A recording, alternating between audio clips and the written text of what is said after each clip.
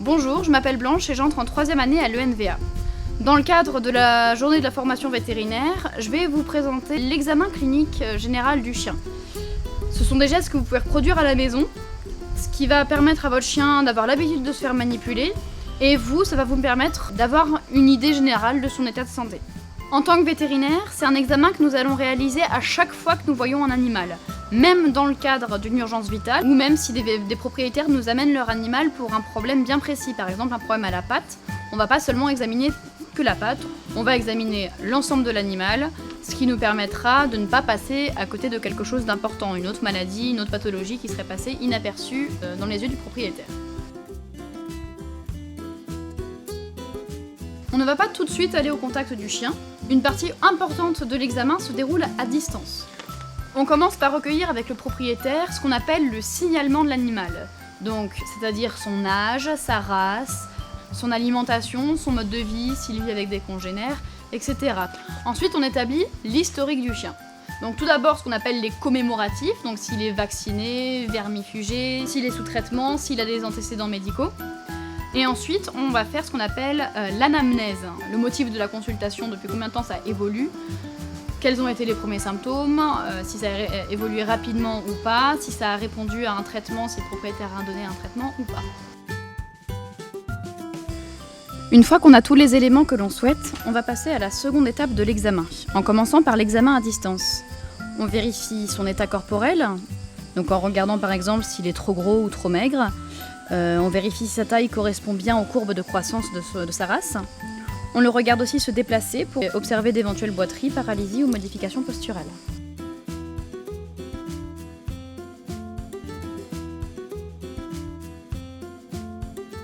Pour être sûr de ne rien oublier, on conseille généralement de faire les gestes toujours dans le même ordre. Et un petit moyen mémotechnique pour y arriver, c'est de passer toujours de l'avant progressivement à l'arrière du chien. Et on observe méthodiquement tous les appareils pour être sûr que tout fonctionne correctement. Donc avec ce chien, on va par exemple commencer par ouvrir la bouche. Donc dans la bouche, ce qu'on peut regarder, c'est déjà la couleur des gencives, qui est généralement un assez bon indicateur de la santé du chien. Donc un chien en condition normale, il a les gencives roses. S'il a trop chaud, par exemple, les gencives peuvent devenir rouge foncé. Un chien qui est en train de s'étouffer va avoir les gencives bleues. Donc c'est quelque chose d'assez rapide à regarder et qui peut nous donner de bonnes indications sur son état. On va pouvoir aussi mesurer le temps de recoloration capillaire. Donc ça, c'est quelque chose qui va nous donner des indications sur sa pression sanguine périphérique. Donc pour faire ça, on va soulever la babine et on appuie avec notre doigt sur la gencive. Quand on relâche, on voit que la gencive est devenue blanche et normalement la coloration rose revient en moins de 2 secondes. On peut regarder aussi si les dents n'ont pas trop de tare, s'il n'y a pas de plaie à l'intérieur de la bouche. On recule un petit peu et on va passer à l'œil. On va pouvoir bien écarter les paupières pour être sûr que les conjonctives ne soient pas rouges ni inflammées, qu'il n'y ait pas d'écoulements anormaux ou alors que l'œil ne soit pas trop sec. Et on peut observer la 3e paupière.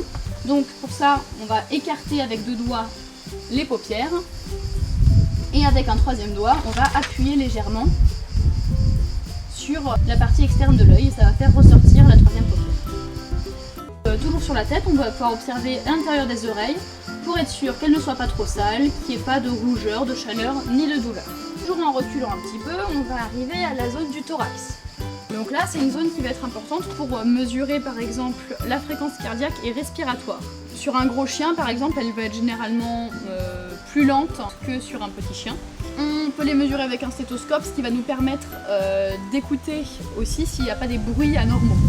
Donc là j'en ai pas, mais c'est pas grave, on peut quand même le faire nous-mêmes avec les moyens du bord. Donc déjà pour prendre la fréquence respiratoire c'est assez facile, soit en posant la main sur l'abdomen de l'animal, soit juste en regardant les flancs ou la cage thoracique se soulever. On va pouvoir compter le nombre de fois où il prend des inspirations en 1 minute. Pour la fréquence cardiaque, on va pouvoir la mesurer en prenant le choc précordial, donc soit en le regardant sur un chien qui est assez maigri, donc qui n'a pas beaucoup de poils, on peut voir vraiment le cœur cogner contre la cage thoracique. On peut aussi placer la main pour juste le sentir avec le bout des doigts. On peut aussi prendre le pouls, notamment sur l'artère fémorale, c'est assez facile, en prenant le bout des doigts et en venant le poser juste délicatement sur la face interne de la cuisse. et on va pouvoir compter le nombre de chocs en 1 minute. On peut aussi mesurer l'état d'hydratation de l'animal en prenant un pli de peau, donc sur un boxer c'est assez facile. On prend un bout de peau et on le relâche, et s'il est bien hydraté, ce qui est le cas ici, le pli de peau revient à la normale en moins de 2 secondes. On recule toujours un petit peu, du thorax on va passer à l'abdomen. Là on peut s'entraîner à faire des palpations abdominales, donc bien lui masser l'intérieur du ventre, ce qui va nous permettre par exemple de palper sa masse intestinale, sa vessie. Si on a une sensation un peu liquide, ça peut faire penser qu'il y a une diarrhée. S'il se contracte quand on essaie de mettre la main, ça peut être des signes de douleur intestinale. Les nœuds lymphatiques sont le lieu de la prolifération et de la différenciation des cellules immunitaires. Ils vont donc gonfler si le système immunitaire de l'animal réagit et donc si l'animal subit une infection. Certains sont palpables tout le temps, c'est le cas des nœuds mandibulaires, préscapulaires, inguino-superficiels et poplités, qui sont en bleu sur ce schéma. C'est important de s'entraîner à les toucher en conditions normales chez votre chien pour pouvoir détecter une variation de taille. Vous devriez sentir une petite boule sous la peau roulant sous le doigt de la taille d'un petit pois. D'autres ne seront palpables que s'ils sont gonflés, uniquement dans le cadre d'une réaction du système immunitaire. C'est le cas des nœuds en jaune sur le schéma. D'autres enfin ne sont jamais palpables car trop en profondeur, par exemple se situer à l'intérieur de la cavité abdominale. Si un seul des nœuds lymphatiques est gonflé, cela indique généralement une infection localisée, par exemple un abcès proche du nœud lymphatique. Si plusieurs nœuds sont touchés, cela signifie qu'il y a une réaction immunitaire généralisée touchant tout le corps, par exemple dans le cadre d'une maladie infectieuse comme la leishmaniose. On continue à reculer un petit peu.